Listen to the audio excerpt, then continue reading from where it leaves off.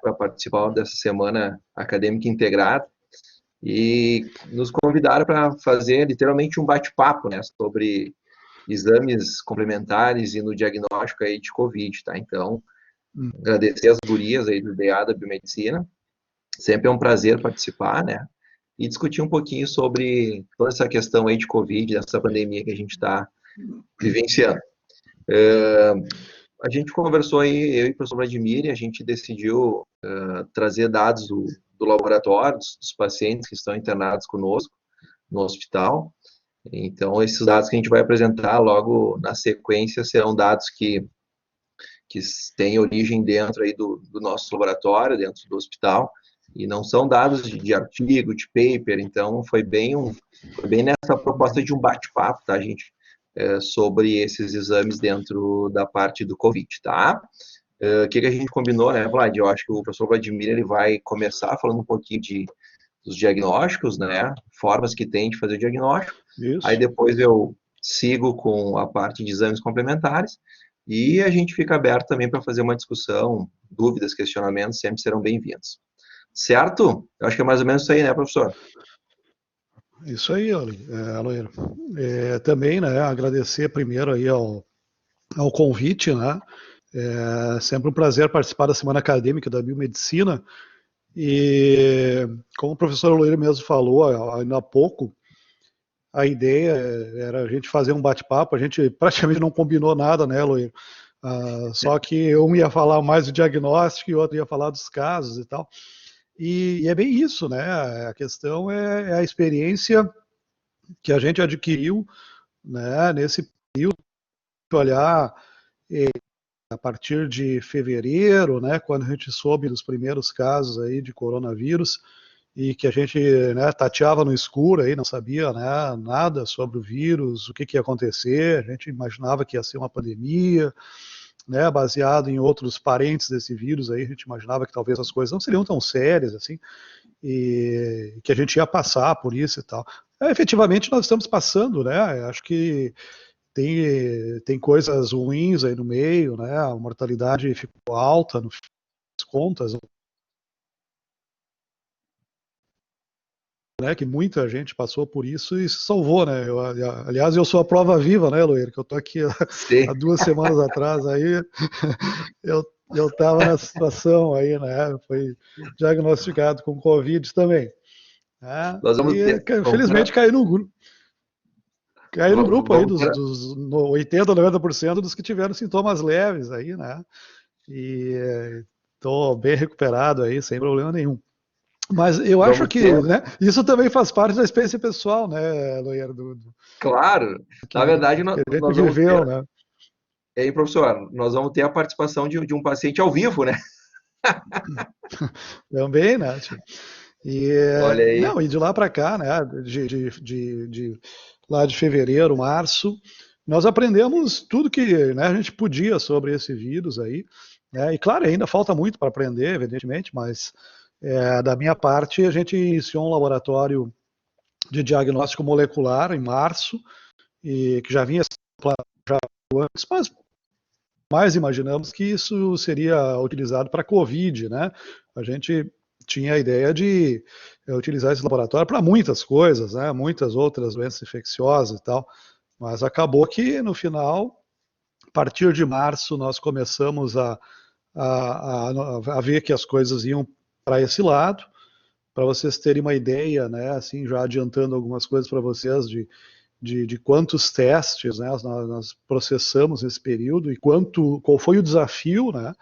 Em março nós tivemos em torno de 30, 40 testes, foi o início de, né, onde a gente estava fazendo realmente, né, as primeiras validações.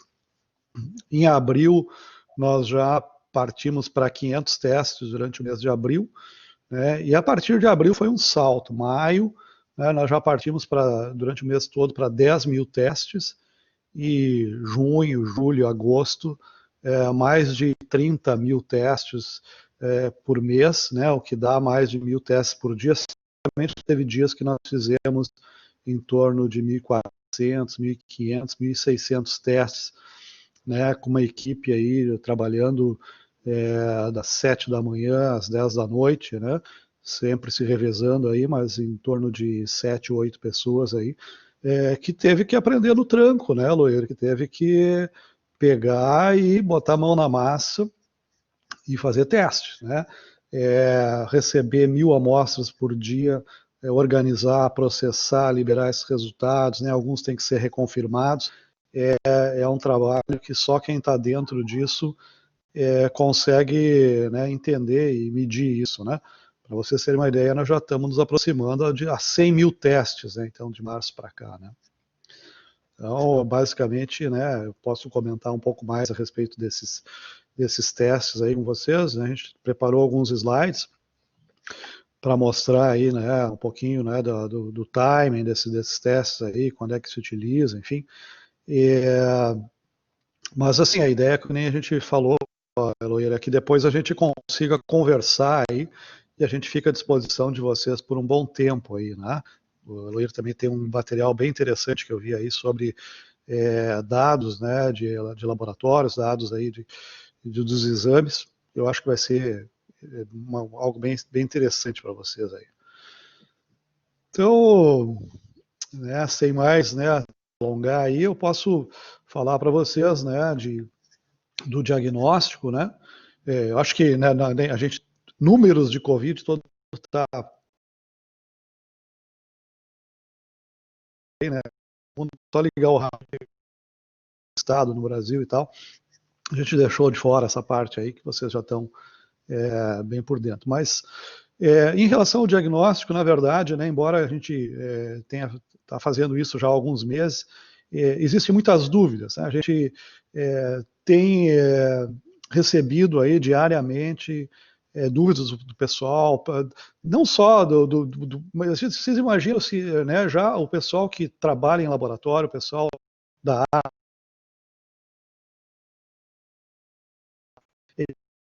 entender, né, como é que esses testes funcionam e qual é o tempo, né, para se usar cada um desses testes. Você imagina o paciente, né? O paciente que agora adquire esses testes até em farmácia, né? Ele vai com uma expectativa, né, de um resultado, tá? Nem sempre ele quer o resultado negativo. A gente pode imaginar, bom, se eu fizer o teste, eu quero que, né, tomara que dê negativo. Mas tem gente que vai esperando positivo, né? Porque ele teve contato, ou tem alguém na família e tal. E o resultado desses testes nem sempre sai, né, de acordo com o esperado, né?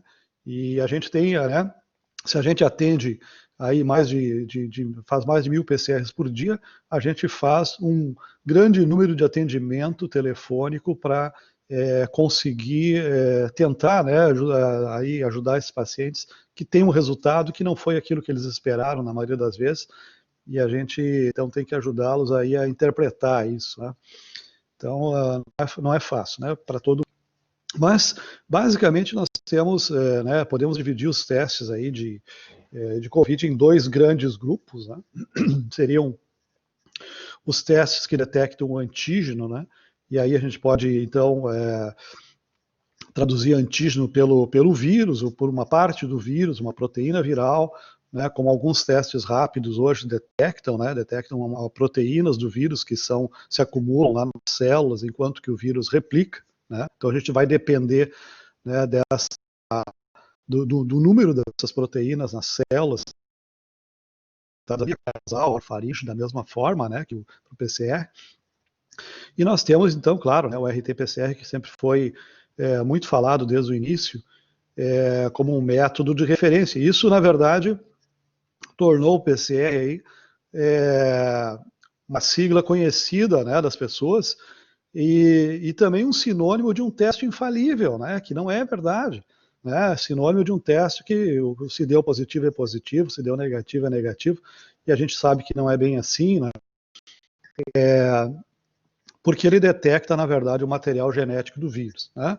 E se a gente olhar na literatura, a gente tem uma série de PCRs diferentes, né, e muitos que estão na literatura são ruins, né? A gente teve, a nossa experiência desde o início foi com as reações que foram descritas, né, desenvolvidas pelo CDC nos Estados Unidos, se baseavam no início em 3 reações diferentes, depois eles mudaram para 2, do GNN, do vírus. Mas nós testamos também protocolos, por exemplo, o protocolo francês, né, desenvolvido pelo Instituto Pasteur, foi muito ruim. Né, a experiência foi muito ruim, o teste ruim, não reproduziu. E a gente depois testou o material, né, os primers e sondas in vitro, né, Eloir, e vimos que eles foram mal desenhados. E está lá na lista de testes recomendados pela Organização Mundial da Saúde, né, junto com outros desenvolvidos pelo Japão, pela Coreia, pela China, né, pela Alemanha, por outros. Claro que a maioria funciona, mas tem coisas aí no meio também que não funcionam direito. Isso tudo a gente foi aprendendo, né? Então a gente tem esses primeiros testes aí, que são os testes baseados na detecção do antígeno, ou seja, o vírus ou uma parte do vírus, né, com o material genético ou as proteínas. Então, de cara a gente sabe que para esses testes serem positivos, eu preciso ter uma infecção recente, preciso estar produzindo esses materiais, né, virais aí, né? A gente precisa imaginar o vírus, essas células se transformam como uma fábrica de outros vírus, né, e ali dentro dessa célula está sendo produzido todos os componentes para montar aí milhares e milhares de cópias desses vírus. E a gente se baseia nisso para detectar a presença desse vírus. Né? Então, o material genético que está sendo produzido, as proteínas que estão sendo produzidas, e claro que isso tem um tempo, né, dentro do nosso organismo. Ele vai começar basicamente ali no início dos sintomas, né, a ter uma quantidade mensurável, digamos assim, mas isso, né, o natural é que o nosso corpo, a partir de alguns dias, uma semana, diminua a produção dessas partículas virais e, obviamente, vai diminuir aí a sensibilidade do teste até que ele se torne negativo, dependendo aí de cada paciente, depois de uma semana, 10 dias ou algo assim. Né?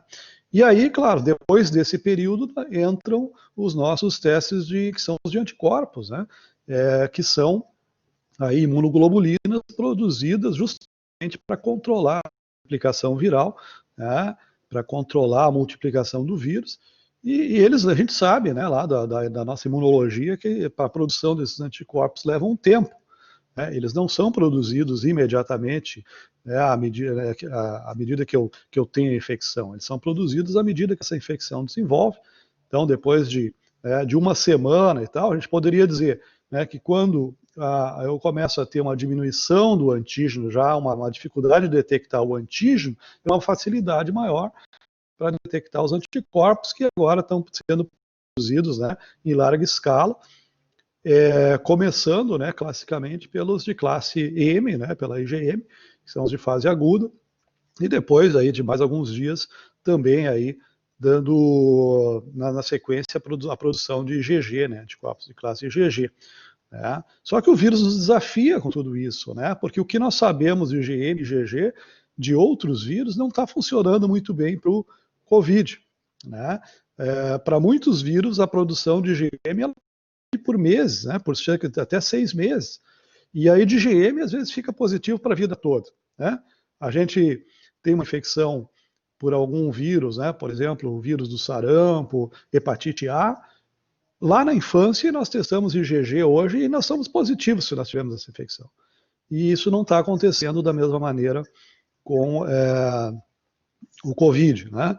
Que esses anticorpos estão aparecendo e desaparecendo muito rapidamente, e algumas pessoas parece que nem produzem, né, esses anticorpos. Então, leva uma dificuldade aí, né, muito grande de diagnóstico e de interpretação, tanto para o laboratório, como eu falei antes, mas também para quem é mais leigo, né, e paciente, né, nesses assuntos. Mas aí, dentro desses testes de anticorpos, nós temos aí os testes chamados rápidos, né, que são aqueles, eu vou mostrar aí na sequência, tem alguma coisa para mostrar para vocês, aqueles que são coletados com uma gotinha de sangue lá, capilar, do dedo e tal, tem resultados imediatos, são feitos aí como triagem, né, em postos de saúde, pelas prefeituras em muitos lugares, e na minha opinião, a maioria dos resultados não funciona, né, a gente tem visto muito ruins, né, mas a gente pode comentar mais depois sobre isso. Depois nós temos aqueles que são feitos dentro do laboratório, que tem, né, uma performance melhor, que são os testes do tipo ELISA, a quimiluminescência, esses sim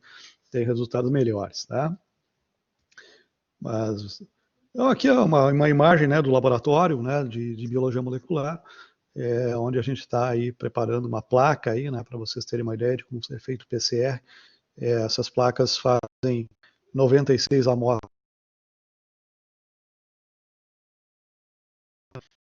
Quantas essas placas nós fazemos aí por dia, né? E sem contar que tem repetições e outras coisas no meio, né?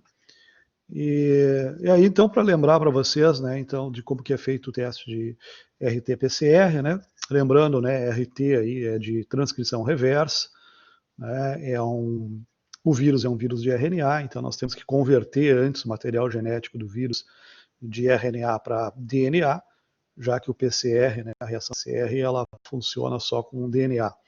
E aí está, né, a coleta desse material que vai ser feito. Então a gente pode ver aqui, né, com aquele swab, né, que é aquele cotonete mais longo, né, que normalmente o ideal, né, tem uma haste flexível de plástico, não é de algodão, é de nylon, rayon, alguma outra fibra, mas que a pandemia nos ensinou de que o melhor é aquele que a gente encontra disponível, né? Porque a gente nessa história aí, os materiais foram e aquilo que é o ideal, muitas vezes, né, a gente teve que substituir pelo que se encontrava, né? Felizmente as coisas estão um pouco mais normais agora e a gente está encontrando. Mas vocês vejam que a coleta é dita uma coleta tranquila, mas ali você tem que entrar com esse swab até lá na nasofaringe, né, para ter certeza que a gente vai coletar ali são as células, né, que estão infectadas pelo vírus, né, naquela região ali onde o vírus está se multiplicando. Então, não é uma coleta tão invasiva, mas a gente também não poderia dizer que é uma coleta tão sem algum sofrimento para o paciente. Ela é confortável, sim, pelo menos gera, né, algum desconforto, espirro, algum sintomazinho aí para o paciente, né?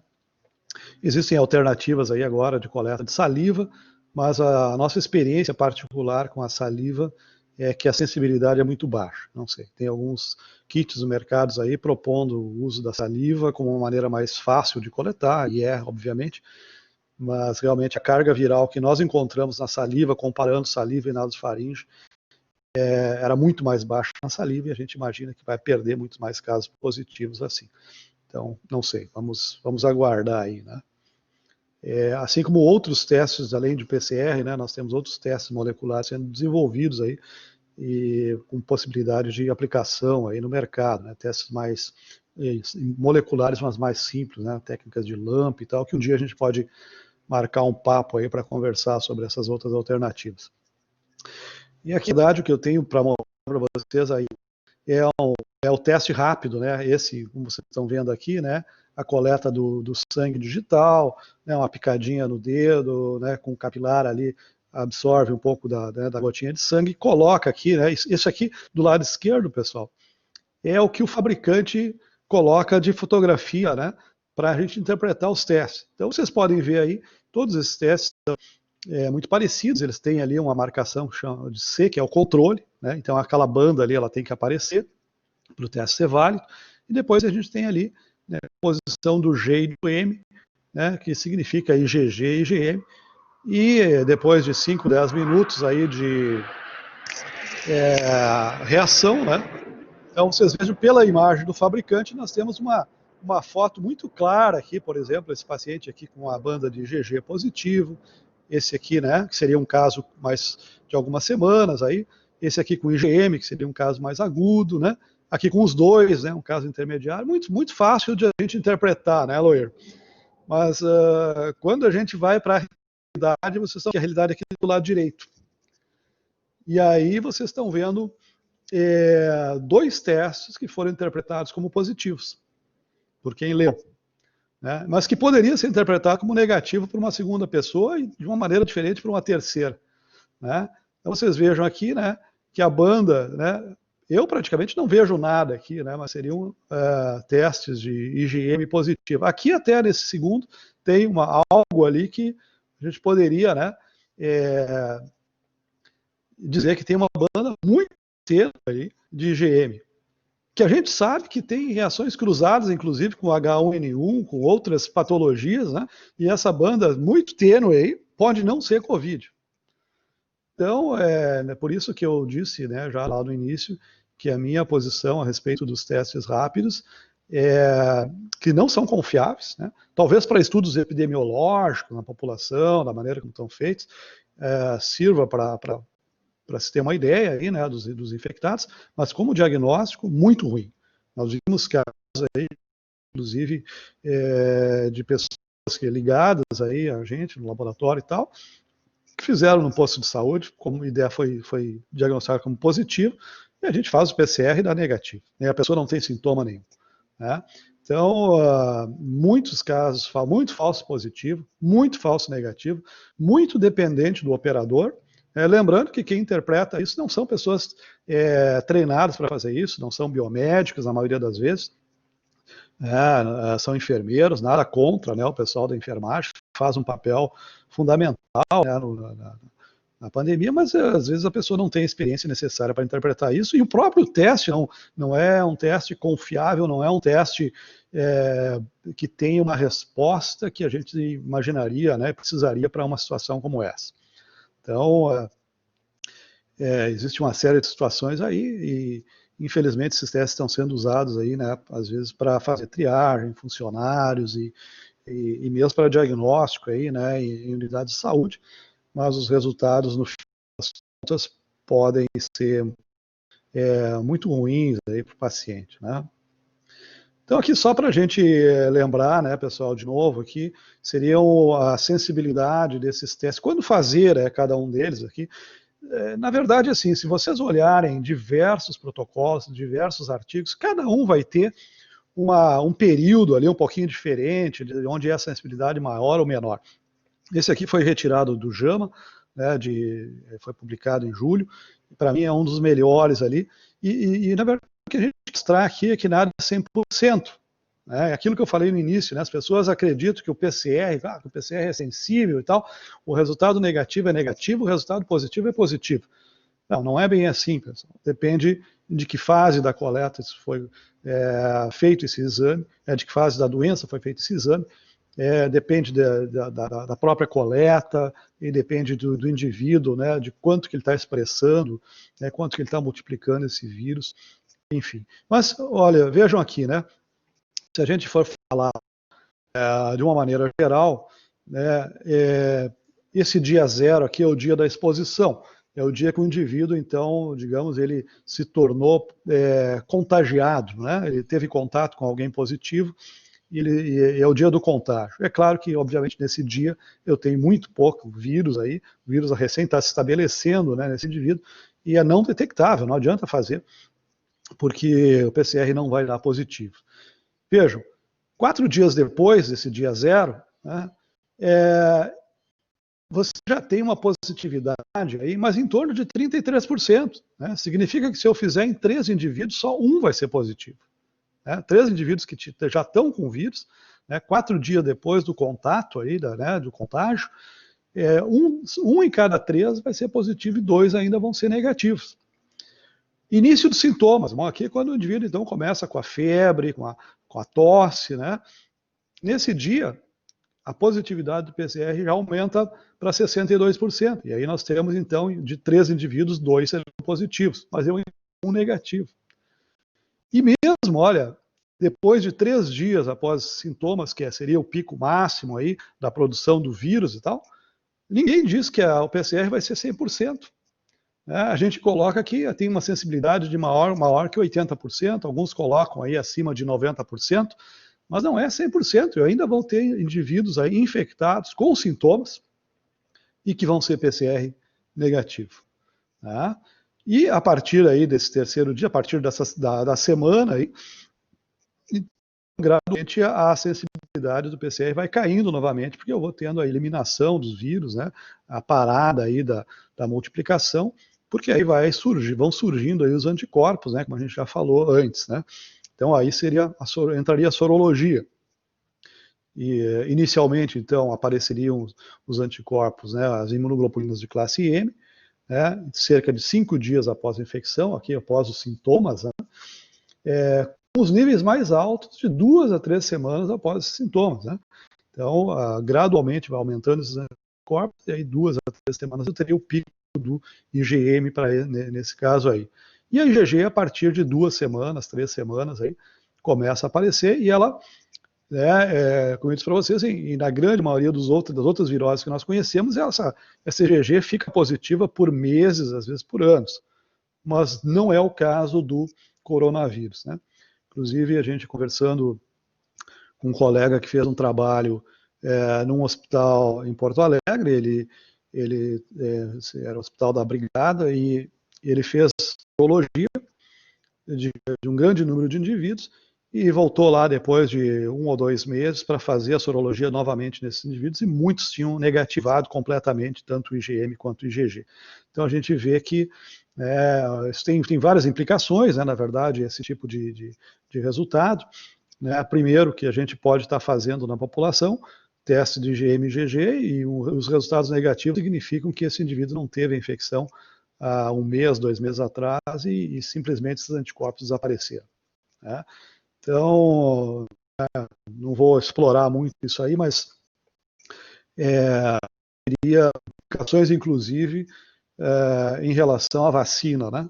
Se esses anticorpos estão sumindo aí depois de poucos meses, os anticorpos gerados pela vacina também poderiam entrar pelo mesmo caminho aí, mas isso só com o uso disso, né? E claro, a vacina vai ter doses de reforço e tal, mas só quando a gente entrar por esse caminho aí da vacina em larga escala aí que a gente vai ver realmente o efeito dessas coisas, né? Então é por aí, né, pessoal?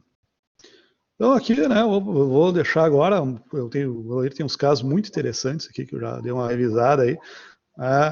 Foi exatamente o que eu fiz aí nesse período aí também, né, Loir? Hemograma, proteína C reativa, dedímero, só não fiz gasometria aí, né, mas eu fazia oximetria aí, e cheguei né, só para te ter uma ideia aí, cheguei a 90%, né, de saturação aí, né, 90, 91, né, eu vejo que eu estava olhando aí, eu achei interessante ter os casos aí, que a gente aí que está com 97, 98%, mas aí eu me lembrei, não, mas esses caras estão internados, né? Eles estão lá recebendo, né? Entubados, recebendo. Não era meu caso, melhor eu ficar com meus 90% em casa, né? Certo, né? Mas é isso aí. Tudo Bom, contigo aí na gente, sequência. então, o professor Vladimir aí já iniciou com os principais testes para fechar o diagnóstico de paciente com Covid, mas como ele bem lembrou, lá quando iniciou toda essa pandemia que chegou aqui no Brasil ali por fevereiro, eu me lembro que em março a gente recebeu os primeiros casos no hospital, não se tinha esses testes disponíveis, porque era uma infecção nova. E aí teve uma certa correria, um desespero, porque como é que se fazia o diagnóstico dessa doença? Aí o Vlad comentou até sobre os testes rápidos, né, gente? Os testes rápidos aí foram, para liberar os testes rápidos, hoje tu tem que passar por N protocolos, e muitos desses protocolos foram pulados, justamente porque tinha essas necessidades no mercado. Então, por isso que eu acho que tem muito teste ruim, conforme o Vladimir comentou, de gente que faz o teste rápido dá positivo e faz o PCR que dá negativo. Então, a gente tem esse viés aí também que tem que ter um certo cuidado. Mas aí, gente, eu me lembro também que ali em março, os primeiros pacientes contaminados foram muitos médicos, né? Os médicos estavam na linha de frente, foram os primeiros aí a se contaminar. Aqui em Novo Hamburgo não foi diferente também. O primeiro caso foi uma médica que estava atendendo e começou com sintomas e depois foi feito o diagnóstico, né?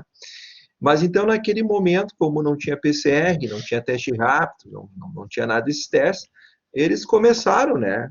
Baseado aí em outros protocolos de atendimento, começaram a pedir alguns exames, quando o paciente chegava com suspeita. E esses exames, gente, eles permanecem até hoje, tá? Esses exames aqui são os mais solicitados em pronto atendimento, em emergência, quando o paciente chega com suspeita. Só que a suspeita hoje ela é complicada, porque muitas vezes o paciente está resfriado, ele chega lá espirrando e tossindo, e eles já isolam, porque pode ser Covid, né? Ou chega um paciente com febre, ou chega com tosse alérgica, agora começa a primavera, muitos têm tosse alérgica, então eles já fazem triagem para Covid. E aí, claro que esses exames aqui, então, os médicos acabam solicitando aí, tá? Eles começam por hemograma, uma proteína C reativa, a PCR, essa não é a biologia molecular, assim, é uma proteína C reativa, né? É um marcador de processo inflamatório, infeccioso. O dedímeros, gente, não, olha, eu confesso para vocês, eu nunca fiz tanto dedímero na minha vida profissional. Eu estava acostumado aí a fazer, num plantão de 12 horas, 2 no máximo. Hoje a gente faz uma média aí de 30 dedímeros em 12 horas, 40 dedímeros, né? Pra vocês verem como está sendo bastante solicitado. E, claro, a gasometria, né? Porque um dos principais sintomas, pelo menos os pacientes que relatam, né? Que acabam tendo uma infecção mais aguda, é uma dificuldade respiratória. Então, a gasometria também está nesse leque aí dos principais exames solicitados, né? Para um paciente com suspeito. Claro, gente, que isso aqui é uma triagem. Uma vez que tu tem alteração, imediatamente hoje o médico solicita tranquilamente, né, o teste, né, molecular, um PCR para corona, e aí tu verifica se o paciente tem ou não tem a infecção, né. Mas se a gente pensar no passado, como não tinha essa opção, eles se baseavam mais ou menos por esse protocolo aqui, tá? Bom, mas aí, qual é a importância, né? A gente pode discutir um pouquinho também, rapidinho, antes de entrar nos casos, qual é a importância de cada um desses exames. O hemograma, gente, é o exame mais solicitado, né, em qualquer tipo de pronto atendimento, na pandemia ou antes da pandemia mesmo, porque o médico tem uma avaliação geral de como está a saúde do paciente naquele momento. Em termos de coronavírus, o que a gente tem de alteração no hemograma, gente?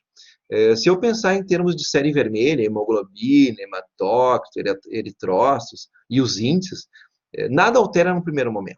Ao menos que o paciente já tenha uma anemia pré-existente, né, uma doença de base. Mas se tu pega um paciente saudável que teve essa infecção por coronavírus, ele não tem nenhuma alteração de série vermelha no primeiro momento. Mas o que vai acontecer? Tem algumas situações, principalmente em termos de total de leucócito, que o paciente, com o médico, tem uma ideia de que pode estar ocorrendo uma infecção. Então, em termos de série branca dos leucócitos, o paciente ele tem uma diminuição dos linfócitos, ele tem uma linfopenia e, consequentemente, um aumento dos neutrófilos, tem uma neutrofilia. Mas aí vocês podem estar se perguntando, tá, mas nós aprendemos, né, na faculdade, que os linfócitos eles acabam combatendo as infecções virais. Sim, de fato, é isso que acontece. Só que nesse caso é diferente. Os linfócitos precisam de uma célula para fazer todo o mecanismo de multiplicação, né, de replicação viral, e depois sair pela circulação sistêmica do paciente. E eles ocupam exatamente os linfócitos. Então, por isso que o paciente tem, gente, uma linfopenia, mesmo o paciente tendo, né, o coronavírus, que é uma infecção viral. Então, é algo que chama bastante atenção, essa linfopenia que os pacientes apresentam. E um detalhe bem importante também, em relação às plaquetas, é uma leve diminuição.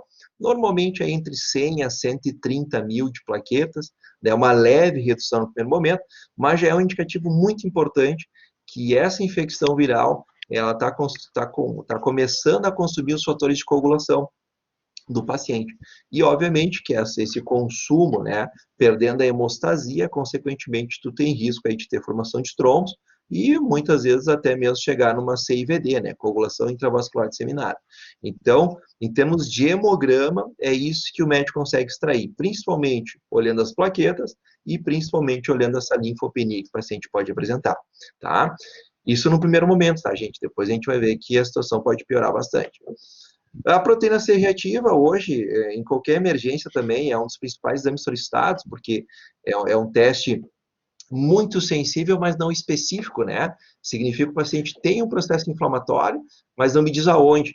Mas é um marcador muito sensível, por isso que, quando o médico suspeita, né, obviamente que ele pede uma PCR, e vocês vão ver que o paciente tem um aumento bem significativo dessa proteína C reativa. O dedímeros, né, que é o exame da moda agora, o dedímeros, na verdade, pessoal, sempre foi e vai continuar sendo um belo marcador do risco do paciente desenvolver algum evento trombótico. Então, quando o paciente tem risco, ele pede o dedímeros e, consequentemente, se tu tem um aumento no valor de referência, acima do valor de referência, esse risco é muito propenso que o paciente possa desenvolver esse evento trombótico, né? Mas qual é a relação do dedímeros versus COVID? Eu comentei anteriormente que o paciente pode ter o consumo dos fatores de coagulação. E uma vez que tu tem a perda de hemostasia, Uma vez que o paciente tem a cascata de coagulação ativada de forma indevida ou que não está sendo necessária, imediatamente o paciente pode ter depósito de fibrina nos vasos circulatórios. E como tu não tem, a cascata não foi ativada de forma correta, não tem o processo de fibrinólise, fica aquele excesso de fibrina e aí tu tem o risco de desenvolver o trombo. Então, gente, exatamente é isso que o COVID faz. Por isso que é um exame de tanta importância num primeiro momento onde o médico tem suspeita. Uma vez tu tenha um dedímeros alterado, e nós temos o valor de referência, a gente até 500 nanogramas por ml. A gente pega pacientes acima de 5 mil, 20, 30, 40 mil de dedímeros, né? Então, obviamente que ali tu tem já uma situação instalada, né? uma situação de trombo. Imediatamente, qual é a conduta médica? Ele vai anticoagular esse paciente, ele vai entrar com heparina, para evitar que isso gere uma consequência maior. Então, por isso que o dedímero hoje é um exame bastante solicitado, gente, muito solicitado mesmo, e tem aí a sua importância, tá? E a gasometria, justamente, naquele caso onde o paciente já chega no pronto atendimento com falta de ar, né, dificuldade respiratória, porque o paciente tem aí, ele pode ter uma acidose ou uma alcalose respiratória, né? Então, também a gente vai olhar aí nos nossos casos. Ah, sim, a Kátia pediu para a gente repetir sobre a PCR, né? Proteína C reativa, na verdade, é um marcador de processo inflamatório ou infeccioso, bastante específico, mas pouco sensível, né? Eu não sei da onde que o paciente está tendo esse processo inflamatório, mas é muito sensível. Diz, ó, tem processo inflamatório e o médico deve investigar da onde vem essa situação. Tá, Kátia? Foi mais ou menos isso que a gente comentou. Bom, e aí, pessoal, no momento que tu tem o diagnóstico desse paciente, aí, claro, né, hoje, no momento que tu tem alteração de dedímeros, uma alteração de hemograma, uma PCR aumentada, imediatamente o médico pede PCR para COVID, e claro que o Vladimir comentou sobre a nossa rotina, ela tá muito pesada. De uma forma geral, a gente está solicitando aí 48 horas para liberar esse resultado, mas exames de urgência, né, paciente que está internando no hospital, está numa situação mais grave, a gente libera em menos de 24 horas, né? Justamente porque o paciente vai ser internado, normalmente em UTI. E esses aqui são exames que os médicos monitoram esse paciente, já que tem o diagnóstico COVID, ele está internado, né, independente se ele está ou não na UTI ou está somente no leito em isolamento, mas, de novo, né, entra aí exames primordiais, né? Então, ele vai continuar com o hemograma, ele continua com a PCR, para ver se esse processo inflamatório está aumentando ou está diminuindo. De novo, dedímeros, né, gente? Porque ele tem que monitorar para ver se esse depósito de fibrina ele está aumentando ou está diminuindo. E aí, claro que ele vai ter que conduzir com a heparina, ele aumenta ou diminui a dose de heparina. Gasometria, de novo, continua, mas aí vai entrar outros marcadores importantes, né? Que a gente não tinha lá no teste de triagem, que entra toda a parte de coagulograma, né? Então a gente vai pensar em TP e KTTP, principalmente, né? Associado às plaquetas. Justamente por quê? Porque esse é um paciente que, no momento que ele tem o diagnóstico de COVID, ele pode desenvolver uma CIVD, que também é uma doença bastante complicada, né? Onde o paciente, ao mesmo tempo que ele tem formação de trombo, ele pode sangrar. Então, por isso a importância do coagulograma. E aí, gente, algo que chama bastante atenção, pelo menos desde março, que a gente está monitorando esses pacientes, é que esse vírus tem um grande tropismo pela função renal. Normalmente, esse vírus ele acaba cometendo muita questão respiratória, os pulmões, mas observando, né, no nosso dia a dia, na nossa rotina, que a gente faz esses exames diariamente dos pacientes COVID, no momento que essa infecção ela sai do sistema respiratório, sai do pulmão, ela tem um grande tropismo, né, tem uma grande afinidade pelo sistema renal. E aí o paciente começa com perda de função renal. Né? Aquele paciente ele não tinha até então, eu vou mostrar para vocês, ele tem função renal normal, mas dentro de 24 horas, 48 horas, o que era uma doença respiratória, focada no pulmão do paciente, ela acaba se tornando uma doença sistêmica. E a situação do paciente complica bastante, tá? Então, aí acaba pedindo aí creatinina e ureia, ele monitora os eletrólitos, né, sódio, potássio, magnésio, justamente pela perda de função renal. E também nós temos aqui uma enzima, né, o lactato desidrogenase, que é uma enzima que também informa para o médico uma destruição celular aumentada, né? Então, normalmente também tem um LDH aumentado, tá? Então, são esses exames que os médicos pedem na rotina, quando o paciente está internado, né? Para ele fazer esse monitoramento do paciente, certo? Vamos começar com os casos, que daí eu acho que a gente consegue conversar um pouco mais, né? E detalhar essas situações para vocês, tá? Eu peguei todos os casos muito recentes, né? Conforme a gente conversou, desde março a gente tem paciente internado. A gente já teve alguns pacientes, infelizmente, que foram a óbito, alguns pacientes também que se recuperaram muito rápido, mas a gente tem paciente que ficam aí 15, 20, 30, 40 dias na UTI, tá, gente? Esse não é um papo de política, não é um papo de mídia, e sim é o que a gente observa na nossa prática de dia a dia, tá? Esses pacientes, eu vou apresentar para vocês 3 casos de pacientes que eles já estão aí há algum tempo conosco, eles permanecem internados, tá, gente? Eles ainda estão conosco na UTI, né? Mas só para vocês terem uma ideia de como é que funciona essa infecção, né? Então, nosso primeiro paciente é um paciente do sexo masculino, 48 anos. Isso também está caindo, né, gente? A gente pensava que somente paciente idoso tinha complicações. Não é. A gente está tendo aí muitos casos de pacientes jovens internados. Crianças estão tendo agora muitos casos de criança aí positivo. Então, é uma situação também que liga o alerta para todos. Esse paciente aqui, então, ele teve o diagnóstico, deixa eu só aumentar aqui um pouco, ele teve o diagnóstico, né, de coronavírus aí positivo. Aqui no dia 9/9 já foi a internação dele, então aqui está o PCR, que foi detectado. Esse paciente, ele é um paciente diabético, então isso aqui também acaba acarretando, né, sempre que tem uma doença pré-existente, a tua infecção, ela se torna um pouquinho mais grave, e esse paciente, ele tem uma diabetes bem estabelecida, né, nesse exame de internação, ele estava com uma glicose de 410, então está muito acima do valor de referência, que é até 99, né? Aí o médico monitora, né? Aqui a gente tem ureia normal, creatinina um pouquinho acima, mas essa creatinina pode ser já em função dessa diabetes que o paciente tem. A gente sabe que o paciente diabético tem um risco muito grande, tem insuficiência renal, certo? São os exames de quando ele chegou, né? Quando ele chegou no hospital, no pronto atendimento. Observem a PCR, né, gente? Eu falei que a PCR, então, é um exame que é bastante solicitado. E o valor de referência que nós temos é até 5 miligramas por decilitro. O paciente está com 231 de PCR. Então, é um processo inflamatório muito agudo, muito intenso. Claro que requer aí um cuidado extremo, né, do médico para acompanhar esse paciente. E aqui no hemograma, o que a gente pode observar? Ele tem, na série vermelha, ele tem uma leve alteração aqui de hemoglobina de 12,5, mas nada muito sério para o paciente, né? Não é algo que requer uma atenção. E em termos de leucócitos, estão normais, né? Ele tem aqui também o neutrófilo nada muito acima do valor de referência. Os linfócitos aqui também, ó, está em 20%, então está no limite inferior, dá para a gente se dizer isso.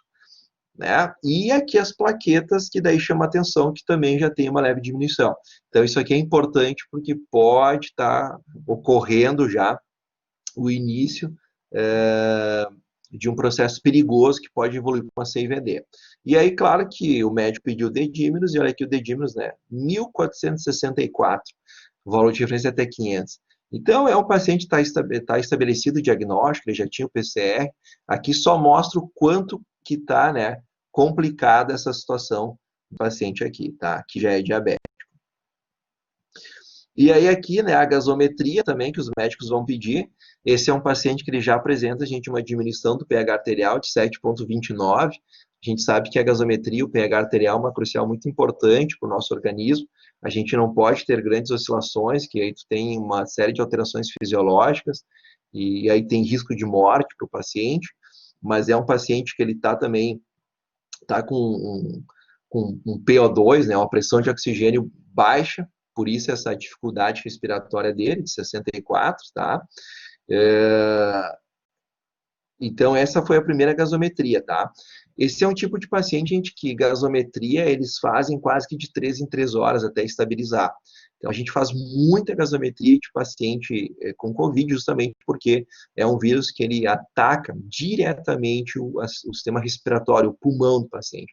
Então, a gente faz gasometria direto de paciente aí com Covid, tá? E até estabilizar é difícil, né? Porque é uma infecção que, né, não tem tratamento específico, né? É bem complicado para os médicos. E aqui, então, os exames atuais dele, ele continua aqui, teve um leve aumento da ureia, 78, a creatinina dele está normal, um leve aumento de sódio, um potássio leve diminuída, né? A gasometria dele, agora ele está com uma alcalose, então olha que interessante, né? O paciente estava com uma acidose, agora já mudou para uma alcalose. Então, essa situação de oscilação de pH arterial em função de um dano respiratório muito grande, os médicos têm que conduzir de uma forma com bastante cuidado, por isso que os pacientes fazem muita gasometria, porque essa oscilação é muito grande, né? E aí tem risco de óbito, obviamente, para esse tipo de paciente aí, tá? Aqui ele já está com oxigênio, por isso que aumentou um pouquinho o PO2, então dá para se dizer que ele está estável, estável naquelas, porque é um paciente entubado, né? Aqui a PCR dele está em 160, diminuiu um pouco, mas esse processo inflamatório, ele dura por no mínimo uma semana, tá, gente? Tu não ter, os pacientes que internam, tu não vê uma diminuição de PCR rápida, no mínimo 7 a 10 dias. E aí ela começa a diminuir muito lentamente, né? Até voltar a ser inferior que 5. Então aqui são exames atuais desse paciente. Esse é um paciente que está estável, apesar de ser diabético, está estável e continua internado conosco, tá? E aí o que vai acontecer, né? Esse hemograma, que até então era normal, ele começa a piorar, porque ela deixa de ser uma doença respiratória e passa a ser uma doença sistêmica. E aí a gente já observa uma redução de hemoglobina, então já é um paciente aqui que já está com uma anemia instalada, onde o médico vai ter que ligar o sinal de alerta. Ele já tem uma leucocitose expressiva, 17.700, e o que mais chama a atenção nesses pacientes é esse desvio à esquerda que nós chamamos, né, com presença de células imaturas, né? Aqui a gente está com 88% de segmentados, a gente tem o bastão, né, que é 5%, a gente tem presença de metamielócito, e quando ele internou conosco, ele estava normal. Então percebam que é uma doença sistêmica, é uma doença séria, né? E plaquetas de novo, né? 135 mil de plaquetas, sempre nesse limite. É um paciente que está hiparinizado e já está com anticoagulante desde a internação dele, mas é um paciente que requer muito cuidado, né? Para não evoluir essa doença, para piorar a situação dele. Ele, tempo de internação, eu contei até ontem, 12 dias já internado na UTI. Tá? A situação dele, né, a gente pode concordar que é uma situação que inspira cuidados, é um paciente que está estável, mas por esse hemograma, né, por esse desvio esquerdo aqui, né, pode ser que já tenha uma outra infecção associada, uma infecção bacteriana, então também os médicos pedem hemocultura para esses pacientes, então é uma situação aí bem complexa, né, dos pacientes que acabam internando na UTI conosco, certo? Esse segundo paciente é, então, sexo feminino, 42 anos, de novo, né, mais uma pessoa jovem, 42 anos é uma pessoa jovem. Essa aqui é a história um pouquinho diferente, ela teve o diagnóstico de Covid no dia 11 de setembro, né, e aí hoje o que os médicos fazem? Uma vez que tu tem diagnóstico de Covid positivo ou detectado, se o paciente não tem problemas respiratórios, dificuldades respiratórias, acabam optando em deixar o paciente em casa. Essa paciente ela foi para casa, mas ela voltou para a emergência no dia 14, porque ela estava com dificuldade respiratória. Né? Ela não tem nenhum histórico de doença, é uma paciente saudável, mas no dia dessa internação dela, no dia 14, a gente observa que ela já está com uma enzima, né, de destruição, uma enzima que marca, né, destruição celular aumentada, está em 637, nosso valor é até 250, 248. De novo, uma PCR aumentada, 122, e de novo, né, o dedímeros, né, o exame da moda, aí de 1047. Então, vejam que essa paciente, ela procurou, né, a emergência, porque de fato ela não estava se sentindo bem em casa. E os exames estão mostrando isso. O hemograma dela, né, gente, de novo, nós não temos assim grandes alterações, a série vermelha dela está toda normal, total de leucócitos normal, mas o que chama atenção aqui é que já começa a presença de alguns bastões, 8% de bastões, e aqui sim o paciente tem uma linfopenia, né? Por mais que tenha Covid, que a gente comentou antes, os pacientes normalmente desenvolvem uma linfopenia. Plaquetas normais, né? E de novo aqui a gasometria, né? Foi solicitada a gasometria, essa paciente está no limite aqui para iniciar uma alcalose, tá? Mas o PO2 dela está um pouquinho baixo, por isso essa dificuldade respiratória, e aí o médico vai ter que fazer essa compensação aí, tá?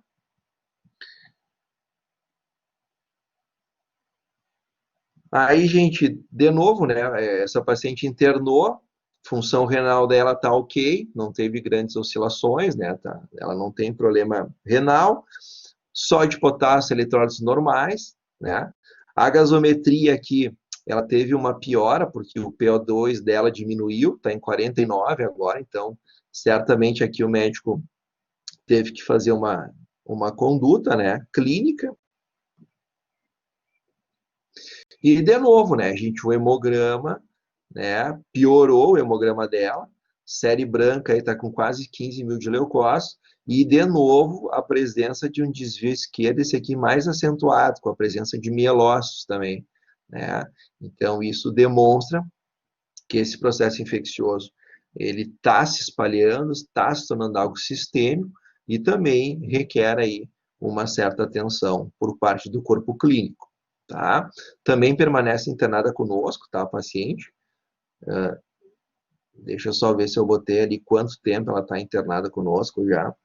Essa aqui é a mais recente, ela está internada conosco aí uma semana, mas também paciente de UTI, né, que pelo hemograma também ali ela vai ficar mais alguns dias internada. E aqui, gente, temos um outro caso, esse caso aqui é um pouquinho mais sério, ele é um paciente sexo masculino, 37 anos, de novo, né? Eu fiz questão, tá, a gente pegar só pacientes mais jovens. Claro que nós temos pacientes idosos internados, nós estamos com uma senhora de 94 anos, né? Nós temos um outro senhor de 80 anos, então a gente tem idoso, mas eu quis trazer pacientes mais jovens, que tem gente que ainda acha que é uma doença que não acomete pacientes jovens e não é isso que a gente está observando na nossa rotina, tá? Então, esse paciente aqui teve o diagnóstico, gente, no dia 6 de setembro. O quadro clínico, ele não tinha nenhuma doença pré-existente, ele é obeso, está um pouco acima do peso. E nesse dia da internação, o médio dedímeros, né, estava aí com 2.700 de dedímeros, então muito acima do valor de referência. Ele estava com a função renal normal, tá?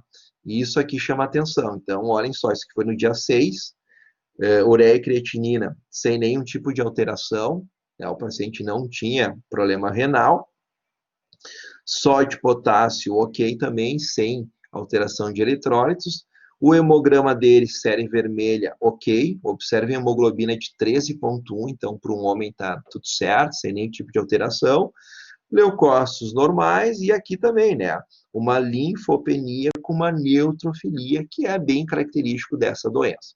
Plaquetas deles, 162 mil, estava no limite aí inferior, mas também nada que preocupa nesse momento.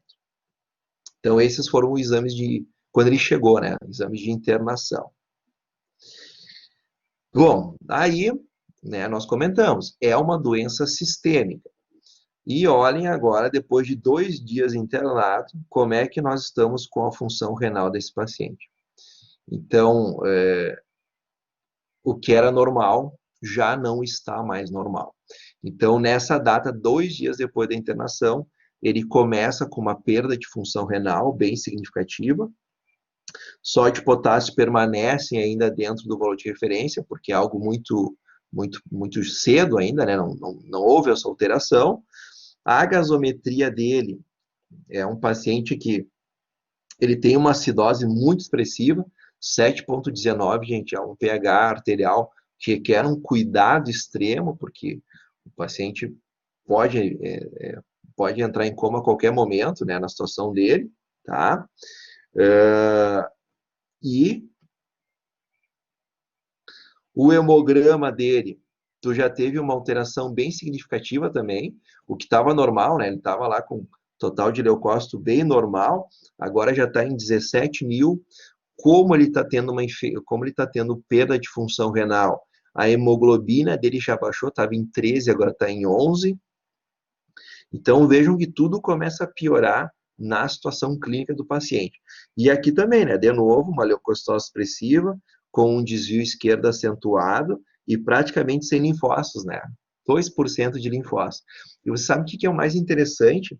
Que por mais que o paciente tenha linfopenia, boa parte desses linfócitos, poucos que restam são linfócitos atípicos, são linfócitos reativos, que estão tentando combater a infecção viral, né? Então, o nosso corpo, ele é muito sábio, por mais que ele esteja ali numa quantidade menor, mas os poucos que estão lá estão tentando, né, reverter a situação clínica do paciente. O LDH do paciente está alterado, e observem o valor de PCR do paciente, né? O valor é até 5, 420.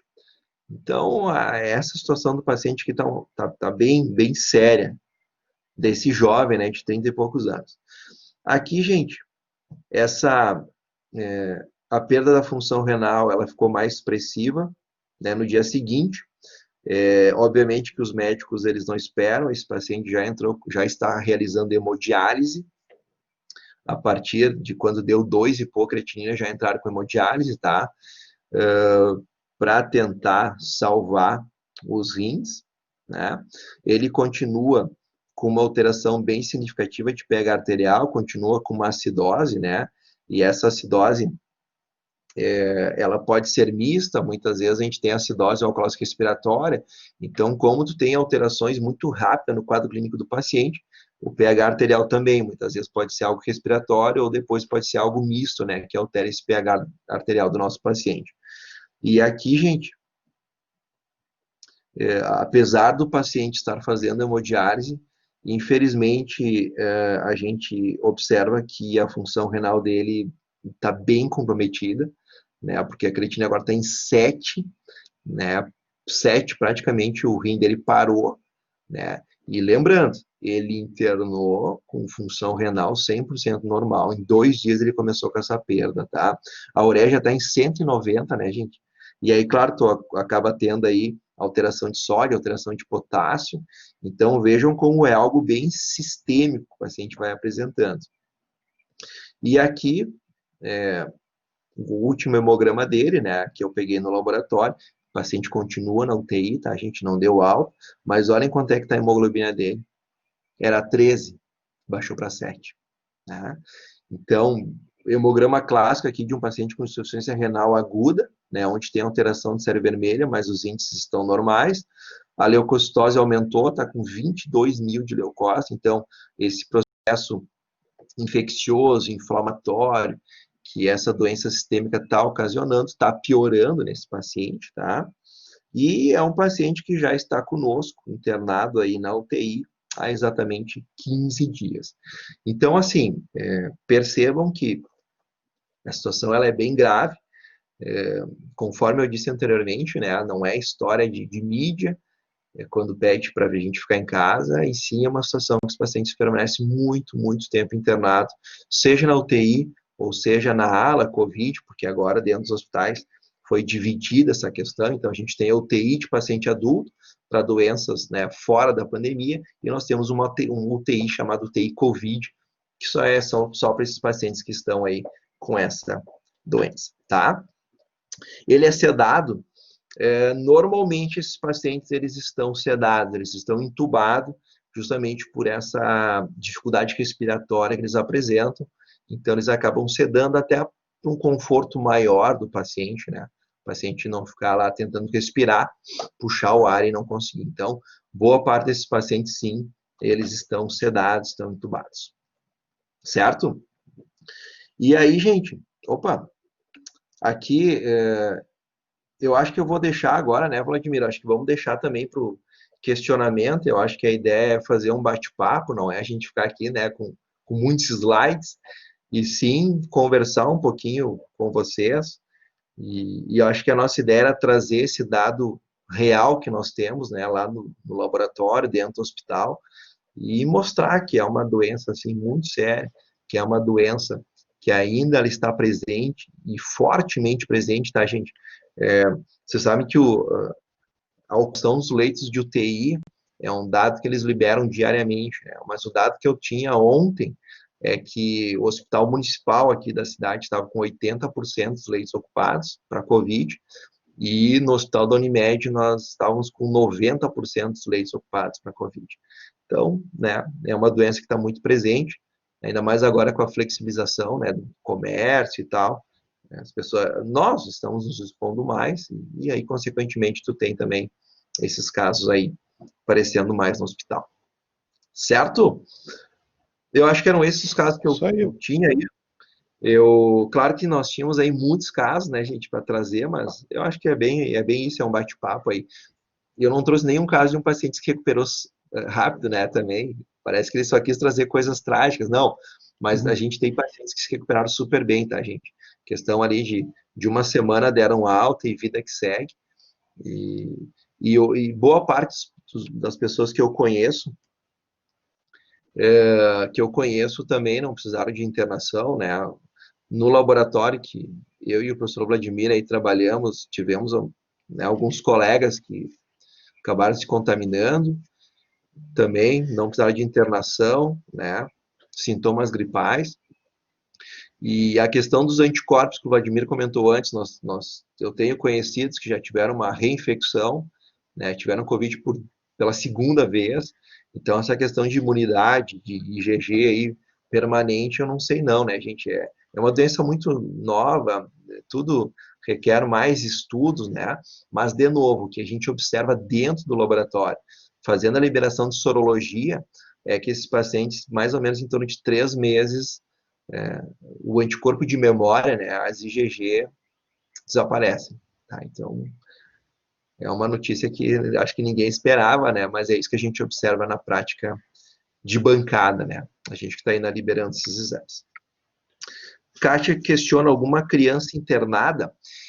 Não, Kátia, pelo menos os hospitais que nós atendemos, eu não sei de nenhuma criança internada. Mas essa semana tivemos um diagnóstico aí de uma criança de 5 anos positivo, que estava no pronto atendimento, e o médico desconfiou porque os pais estavam com Covid, pediu para a criança e, de novo, né, linfopenia e dedímeros de 4.000. Aí eu até liguei para o médico, ele disse, não, a criança ela está relativamente estável, né, mas claro que com esse dedímeros eles têm que tomar alguma atitude, tá? Mas está aparecendo bastante criança, assim. Começou a aparecer criança também com positividade, coisa que eu não tinha visto até então, tá? Criança fazem aí mais ou menos uns 20, 30 dias que começaram a aparecer, pelo menos, né, quando eu estou no laboratório e eu estou liberando os resultados. Né, Loíra, a gente tem oficialmente Covid em pessoas com menos de 18 anos são 2 a 3% no máximo. Né? Realmente são poucas e a grande maioria não desenvolve os sintomas, né, mais graves da doença e tal, isso é certo. Agora, se tu pega 2, 3% e começa a colocar nesse número total de casos que está tendo, óbvio que, né, a gente vai certamente passar por atendimento de criança também, né? No hospital. Sim. E outra coisa, né? Às vezes a criança tem alguma doença de base, né? E a gente sabe por outras viroses também, né? Todo ano nós tínhamos a nossa UTI pediátrica e tal, ficava lotada com pacientes com vírus respiratório sincicial. Pelo menos metade das crianças que estão lá estão com sincicial. E a gente sabe que algumas delas ficam graves porque tem asma, já tem algum outro problema de saúde, né, algum problema respiratório, né, às vezes até algum problema congênito, cardíaco, né, e coisas que a gente nem suspeita, na verdade, né, de questões de imunidade dessas pessoas. Às vezes a gente diz, a questão mesmo dos pacientes que aparentemente são saudáveis, né, e que têm casos bastante sérios, a gente diz, o cara era saudável e tal, né, não deveria ter isso. Não sei se a comparação é pertinente, Eloir, mas né, tu assiste futebol e quantas vezes a gente já viu jogador de futebol de 20 anos cair duro no gramado? Era um cara atleta que não tinha nada. Na verdade, não é que ele não tinha nada, ele tinha alguma coisa que não foi nunca diagnosticado, né? E, de novo, eu acho que quando a gente fala de um número tão grande assim de pessoas que estão sendo infectadas, a gente vai pegar na população pessoas que aparentemente são normais, que não tem nada, mas em lá alguma condição de base que nunca foi diagnosticada, e aí eles vão complicar, né? E a gente vai entrar nessas situações aí, mas o fulano não tinha nada, né? Sim, é. Mas Que é o que não muitas sei, vezes é a minha interpretação, na verdade. que acontece muitas vezes na mídia, né? A mídia acaba liberando, mas o paciente X morreu, mas ele não tinha nada. Não se sabe se não tinha nada, né? É bem isso que o Vladimir colocou, né? Mas, enfim, então é basicamente esse o panorama aí que nós estamos atravessando nesse momento. Desde março, né? Estamos nessa. Desde março, né? Claro, tem paciente, gente, que os próprios hospitais, eles começaram a divulgar nas redes sociais, né? Quando os pacientes davam alta e faziam, né, uma comemoração. E no hospital que a gente atende também, o Hospital da Unimed, eles até liberaram ali nas redes sociais 2 ou 3 pacientes que eles ficaram internados conosco mais de 40 dias no UTI, gente. Claro que também a gente tem todos os exames e a gente acompanhava esses pacientes, e eu confesso para vocês que teve pelo menos uns 2, 3 que né, ainda bem se salvaram tão bem, mas os pacientes ficaram muito mal mesmo, assim, né, naquela situação de fazer 8, 10 gasometrias por dia, gente, para vocês verem o estado respiratório que estavam esses pacientes, mas se salvaram, né? Eu também acho, não sei se o Vladimir concorda comigo, mas eu acho que hoje também o corpo clínico já sabe administrar melhor essa doença, se a gente comparar a março, quando surgiu, né? Sem dúvida, né, Loira? Eu acho que a própria questão do uso de corticoides, por exemplo, né, o monitoramento com a proteína C reativa, que é uma das coisas que, né, se pede já de início, Sim. né, os dedímeros, né, e para ver se você tem que entrar com anticoagulante ou não, né. Eu acho que no início o tratamento ele era muito mais grosseiro, digamos assim, né, baseado no conhecimento da medicina interna de intensivista, né, para situações em Sim. gerais, né, vai corrigindo aí o que está errado, mas depois se refinou isso e realmente, assim, então tu consegue hoje ver que tipo de função está alterada no indivíduo, se ele vai precisar de anticoagulante ou não, né, se ele vai precisar de corticoide ou não. A questão dos antibióticos, né, Eloíra, a gente Uhum. vê aí esses caras que fazem, tem esses hemogramas aí com desvio de esquerda e tal, né, não sei, até acho que talvez aí não esteja investigando tanto a questão de infecções bacterianas concomitantes, né? É, Pneumonia, de repente, que começa com viral e depois passa a ser bacteriana, e aí faz sentido usar, por exemplo, antibióticos, né, azitromicina e outros. Né? Eu acho que a gente ainda vai aprender muito com esse negócio aí, né? E com certeza os tratamentos vão evoluindo aí, e cada vez a gente tem talvez uma sobrevida melhor desses pacientes. Embora, né, Luíra, a gente também viu casos de pacientes que internam e só vão, né, ladeira abaixo, né, em uma semana vão a óbito, parece que não tem como reverter mesmo, né? Infelizmente a gente tem sim. todos esses casos aí. Tem uma. Infelizmente a gente teve aí casos, né, já de pacientes que infelizmente ficaram 10 dias internados e acabaram falecendo, né? Então, são situações É, e situações, né? é, Temos algumas perguntas aqui. eu vi aí, né, da A Kátia Kátia, aí. não sei se entendi, mas se não apresentar sintomas, a chance do teste dar negativo é grande. Não, É, não necessariamente, né, Vladimir? Eu acho que é, muitas vezes não, Opa, nós temos visto, nós chegamos a fazer testes, e isso a gente pode trazer a experiência dos nossos funcionários, né, Eloir? Porque cada vez que a sim, gente tinha alguém com sintoma, a gente acabava testando todo mundo, né, pelo menos da mesma área. E acabávamos pegando pacientes, não, né, os nossos funcionários positivos, e eles não tinham sintomas nenhum, eles nem desconfiavam que tinham Covid. Aliás, né, claro, isso não foi algo publicado por nós e tal, mas nós vimos que muitas vezes os pacientes que não têm sintomas são justamente os que têm uma carga viral mais alta, né? Ou seja, eles que vão transmitir mais, né? E claro, e aí o teste sempre é bem positivo, né? A gente notou aí numa funcionária nossa que tinha poucos sintomas e que tinha uma carga viral muito maior do que a outra que tinha sintomas, por exemplo, né? E isso a gente tem visto, assim, de uma maneira geral, né, acompanhando, inclusive, os pacientes, porque muitos vêm com alguns dados clínicos, assim, os pacientes que fazem PCR, muitos respondem ali a 3 perguntas, né, se ele já fez o teste, se ele tem sintomas, se ele teve contato com alguém com sintoma, né, e muitas vezes o paciente, a resposta é não para todas as questões, né, não teve contato, não tem ninguém doente, né, não está com sintomas e está lá com um teste ultra positivo, né. O que eu não posso afirmar é o contrário, né? O paciente tem infecção, é assintomático, tem uma carga viral baixa e o teste é negativo, também pode acontecer, né? Mas isso a gente não vai descobrir, né? Talvez só com os anticorpos depois, né? Sim. Uhum. Beth pergunta se todo tratamento é custeado pelo governo, no caso de internação Unimed, ou Unimed é custeado pelo plano do paciente. Olha, Beth, a princípio, até onde eu sei, se os pacientes que internam na Unimed, como tem convênio, a Unimed está custeando, né, todo esse tratamento. No primeiro momento, até os convênios, né, eles não bancavam o PCR para Covid. Mas agora já fazem alguns tempos que também, né, a Agência Nacional de Saúde aí determinou que os convênios bancassem também esse custo aí, né, para os usuários. Então, hoje, quem tem convênio, pelo menos eu sei que a Unimed está bancando esse teste aí para os seus usuários, né? E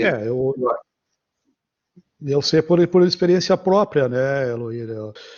Não sei, a questão do hospital, eu imagino que sim, a Unimed banca todo o tratamento, e outros convênios também, né? Estamos falando da Unimed aqui, foi citado, né?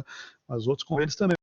E todos os exames que citaram foram solicitados pela Unimed, inclusive exames de imagem, né? Tomografia e tal, e não tive problema nenhum, né? Inclusive agilizaram o processo porque era Covid, né? Então, acredito que sim. Né? É isso aí, pessoal. Perguntas aí, pessoal, dúvidas aí que restam aí, coisas pessoais aí também, né, que não foram citadas aqui por nós aí, se a gente conseguir responder, fiquem à vontade aí. Estamos à disposição. Né, nós procuramos trazer aí um pouco da experiência da gente aí.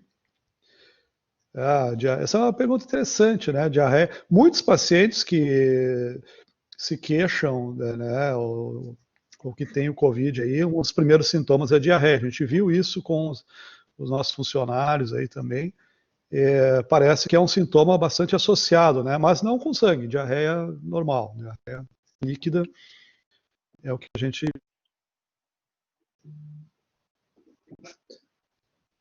E os sintomas também, o que a gente observa, são os mais variados possíveis, né? A gente está comentando até agora aqui de diarreia, né? Tu imagina só, né? O paciente está com uma infecção viral, que normalmente atinge ali a questão respiratória, e o paciente tem como sintoma diarreia. Então, os sintomas, pelo menos que a gente observa, e pegando como exemplo lá no laboratório, funcionários, são os mais diversos possíveis, né? Alguns não têm febre, outros têm febre alta, alguns têm dor de cabeça, outros não têm. Então, eu acho que isso também dificulta quando um paciente chega num pronto atendimento. Por isso que os médicos, né, quase que padronizaram aqueles exames para descartar qualquer risco ou confirmar, né, a infecção por Covid. Exato. Eu posso falar também, pela nossa experiência aí, das pessoas que se infectaram ao longo aí desses meses, a grande maioria relatava aquilo, febre alta, tosse, e depois também perda de olfato e paladar, né? Isso parecia assim que era uma coisa muito característica, né? E eu digo para vocês que quando eu tive os sintomas há 2 semanas atrás, eu tive uma febre muito baixa, de 37,8 no primeiro dia só que eu tive sintomas, e eu tive perda de apetite, e por uma semana, assim, né, fiz um regime forçado, aí, não conseguia praticamente me alimentar, e eu tinha um cansaço absurdo em função disso, né, e que eu precisava eu passava deitado o dia todo, saía da cama, deitava no sofá, ia para a cama, não conseguia, não tinha energia para me movimentar. Agora, não tive perda de olfato, né, sensibilidade ao gosto e essas coisas assim. Depois foi seguido por uma febre não, por uma tosse seca, mas sempre o que me acompanhou durante esse tempo todo aí, ainda agora que eu me sinto bem melhor, ainda é um cansaço, assim, eu me sinto que se eu tiver que dar uma corrida de 10 metros, eu perco fôlego, né, é bem marcante, assim, essa exaustão, assim, né. Então, como o Eloy disse, os sintomas podem ser bem diferentes, né? E nós tivemos pessoas lá conosco que trabalhando até o último dia e disse, eu estou aqui com uma rinite, a minha rinite normal, minha sinusite e tal, né? Fizemos o teste e deram positivos, né? Então, só ali a pessoa foi ver que realmente estava com Covid. Então, na verdade, se a gente extrapola isso para toda a população, né? Primeiro, né, a gente testa talvez muito pouca gente, né? Quantas pessoas aí com outros sintomas tiveram o Covid e vão passar desapercebidas porque, né, se deram aí como desculpa que isso foi, né, rinite, sinusite, né, uma outra infecçãozinha qualquer aí, uma asma, né, qualquer coisa assim, e passou, né? E passou. Sabe que hoje, nesse tempo aí de pandemia, né, o grande problema é alguém espirrar ou tossir. Já bate um desespero em todo mundo, né? Esses dias eu estava no mercado e aí tinha uma mãe Sim. com um adolescente. E aí o adolescente disse, bah, mãe, mas eu tô muito afim de espirrar. Daí a mãe olhou, mas então espirra, né? Porque as pessoas estão num nível assim que ninguém mais quer espirrar ou tossir. E muitas vezes, sim, a gente não pode esquecer que nós temos aí as doenças alérgicas. Agora, a primavera, para quem é alérgico, é um problema, né? Porque vai ter tosse, tem espirro. E hoje, alguém espirrou do nosso lado, a gente já fica olhando assim, tá, mas será que é Covid ou não é, né? Exatamente. Justamente porque de fato, tem gente que muitas vezes tem espirro e época de rinite, mas tem gente que espirra e é Covid, né? Então, é um grande dilema hoje, né? Essa questão de espirrar ou não espirrar. E não vamos esquecer, eu mesmo tive problema, né, com o uso daquelas máscaras cirúrgicas, porque elas, com o tempo, elas acabam liberando, né, uma espécie de uma poeirazinha fina, e eu tinha tosse, né, eu via que eu estava desenvolvendo um quadro tipo de bronquite, de asma, por conta do uso da máscara, né, o dia que eu passava de máscara, o dia todo falando, né, tinha horas que me batia uma tosse e tal, mas é isso, né? Se tiver que espirrar, tem que espirrar, né? Fazer o quê, né? Mas é bem isso, né? A pessoa não, né, tá com esse dilema, assim, né? Olha para o lado, né? Será que eu espirro ou não espirro? É bem assim, né? Não sabe se espirra ou se eu seguro. E máscara agora, né, gente? É o nosso dia a dia, né? A gente passa o dia inteiro de máscara, né? Porque tu sai de casa, tá de máscara. Talvez a gente, eu não sei, eu acho que a minha opinião é que nós desse lado do mundo nunca vamos nos acostumar a andar de máscara o tempo todo no inverno, né? Coisas que os orientais fazem, inclusive por outros sintomas, né? Tu mencionaste aí as alergias agora, né? Na primavera, o pólen, essas coisas aí. Na verdade, o asiático ele tem muito problema, né? Por alergias. E ele usa máscara, né, com essa finalidade, né? Dentro de casa, agora a gente tem esse período de inverno, tem mofo, né, tem outras coisas aí. Na verdade, a máscara teria essa função aí de nos proteger aí contra esses outros sintomas, né? E também a função de evitar outras viroses respiratórias, né? A própria Fevale, eu vi aí o professor Spilk aí está publicando aí um trabalho, uma observação deles aí, de que diminuiu muito, né, os outros resfriados, né, mesmo por influenza aí, né, eles andaram analisando aí, só acharam 2 casos de H1N1 aí em pacientes agora, né, durante todo o inverno, né, outras viroses respiratórias parece que, né, se afastaram definitivamente. É claro que isso é o reflexo da gente estar usando máscara, lavando as mãos, né, prestando mais atenção aí, né, na higiene, coisas desse tipo. a gente esperaria que as pessoas levassem isso para depois da pandemia, né, para o outro inverno. É. Mas a gente Bom, sabe por experiência, talvez um pouco de lado a isso aí depois, né? À medida que as coisas vão até, se voltando ao normal. até porque tu lembraste bem, né, Vladimir, a questão da emergência pediátrica, né? Gente, inverno É, estava sempre lotada, a pediatria sempre lotada. E esse ano está tranquilo, é. então, certamente, claro, tem essa questão do uso de Uhum, máscara, né? Diminuiu muito essas é. outras infecções respiratórias. Tem também a questão que a gente não pode esquecer, né? Não tem escola, não tem as escolinhas, né? Então também não tem aglomeração das crianças. Então são vários fatores aí. Mas na prática, sim, né? A pediatria hoje atravessamos o inverno com baixíssimo porcentagem de ocupação, coisa que em invernos Uhum. tradicionais são sempre lotadas, né? Temos algumas Então, perguntas aí, né, que ficaram. Tem uma claro, ainda aí a respeito de diarreia, né, antes, durante o tratamento. O que, o que eu vi aí com as pessoas que se queixavam disso vinha acompanhado dos primeiros sintomas, né, já lá nos primeiros sintomas de febre, mal-estar e tal, naquela semana seguinte aí a pessoa tinha diarreia, tá? Nunca vi nada associado ao próprio tratamento, né? A Verônica comenta aí, né, fezes líquidas e pretas, né, durante o tratamento. Não sei, eu acho que essa cor aí pode estar associada à alimentação, né, depende do que a pessoa ingere nesse período, né, o próprio problema gastrointestinal aí que causa. Não saberia te dizer assim se tem algum desses tratamentos aí que possa alterar a cor aí, né? Não sei, realmente não saberia te dizer. É certo que tem alguns medicamentos que alteram, sim, a cor das fezes, né, medicamentos à base de ferro e tal, mas eu não saberia te dizer aí para a Verônica se isso tem alguma coisa a ver no caso específico dos tratamentos para Covid.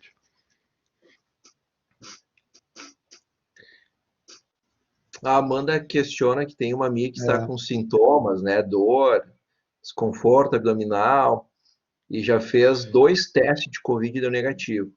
é, Ela fez, eu não sei, Amanda, ela fez por PCR ou fez teste rápido? eu até posso acrescentar aí, Aloysio, né, hoje mesmo recebi hoje mesmo recebi uma mensagem da minha afiliada com mais ou menos a mesma queixa aí. Aham. Quando falo em cansaço, né, eu já associo com o que eu tive. Né? E, no caso da minha afiliada, ela tinha mais um detalhe aí, ela tem um exame de imagem, que isso é importante fazer realmente. Né? Uma tomo, né, do tórax aí, vai mostrar aí algumas coisas difusas no pulmão, né, que é a pneumonite viral, que Uhum. por si só já é um diagnóstico, né? Por si só já é diagnóstico. E no caso da minha filhada, tinha algumas alterações na imagem. Também ela fez teste rápido, deu negativo, né? E ela questionou a questão de, né, se tinha validade ou não. Eu vou te dizer, pelos sintomas é muito provável. Né, pelos sintomas Uhum. descritos, eu acho que é muito provável. De novo, a gente bate aí na questão do teste rápido, principalmente, e do alta chance dele ser falso negativo, né, e algumas vezes falso positivo quando não é também, né. Então, Exatamente. acho que realmente teria que confirmar aí. Claro, aí precisa levar em conta aqueles detalhes, né? Há quantos dias tem os sintomas, porque daqui a pouco faz o PCR, já está passando, né, a fase ativa do vírus aí, vai lá dar o PCR negativo, e a pessoa também, né, mas não tive, né? Então tem que contrabalançar aí essa questão aí. Talvez, já nesse caso aí, o ideal seria partir já para o teste sorológico, mas um teste sorológico mais sério aí de laboratório, né, dosagem de GGM, de GE, GG e GM, para ver aí, né, se tem alguma coisa positiva aí, né, para confirmar.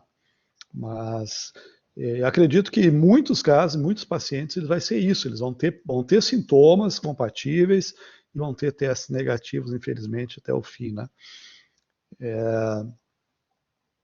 Tem um Laquese aí, né?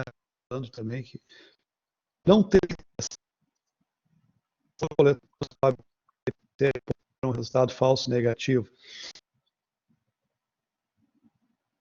A pessoa tem que ser feita lá na nasofaringe, que eu mostrei naquele slide lá no início. Ela tem que ser, tem que ser introduzido bem dentro da narina, né, deixado por um tempo. E a gente, inclusive, repete isso nas duas narinas, né, para ter certeza que vai absorver. Não é a secreção, o que nós precisamos, na verdade, são as células. Né? A gente precisa retirar ali as células que... Opa, eu acho que o professor Vladimir teve um problema de conexão. Teve, né? Caiu aí. Voltou agora? Voltou. Tá.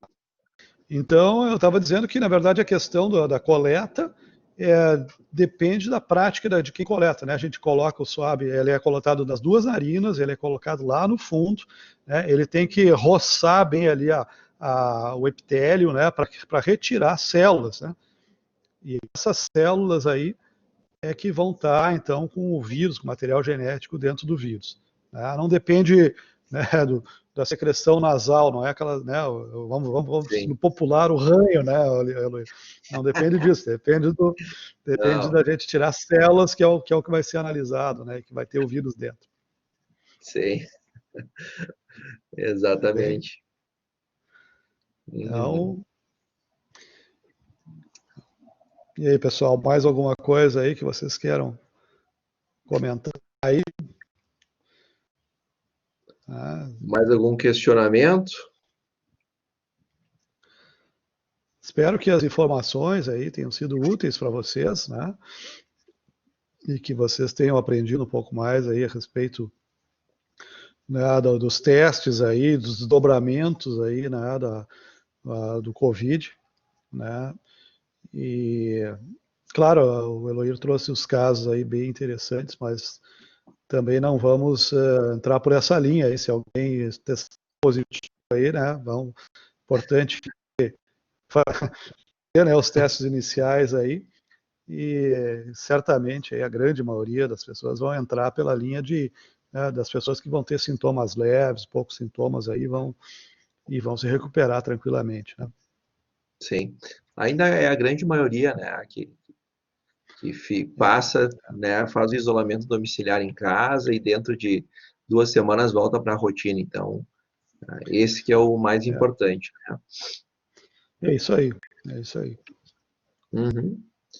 Bom, gente, então, acho que se não tem mais nenhum questionamento, né, professor? Acho que então a gente pode ir encerrando nossa participação, né? Espero que, como o professor Vladimir comentou, espero que vocês tenham aproveitado, gostado. A gente tentou fazer bem um negócio bem bate-papo, né, com informações lá do hospital, do laboratório, e, enfim, né, estamos aí sempre à disposição, né, de vocês, tá?